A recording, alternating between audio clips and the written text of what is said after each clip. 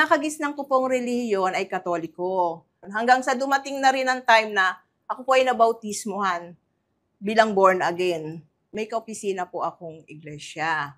Inaanyayahan po niya ako na dumalo sa kanilang pamamahayag. Inanyayahan niya uli ako, sa gawain naman po niya ako dinala. Nandun na, sumama na po ako, nakinig na po ako. Yung time na po yun, ang tinuturo po, yung tungkol sa pag-anib sa Iglesia ni Cristo.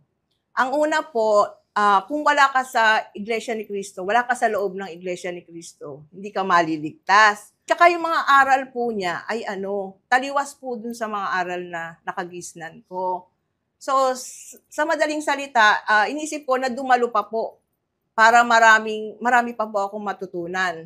Ang isa po, yung nakapukaw po ng kaisipan ko na kailangan ko nang umanib sa iglesia.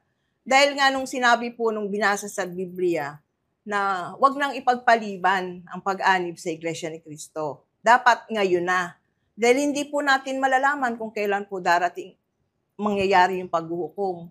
Kaya naisip ko nga, paano nga kung abutan na ako ng kamatayan, wala ako sa Iglesia ni Cristo. So hindi ako maliligtas. Kaya nung matagal na akong nakikinig, tapos sinuri ko mga aral ng tinuro sa akin, nagpasya na po akong umanib sa Iglesia ni Cristo.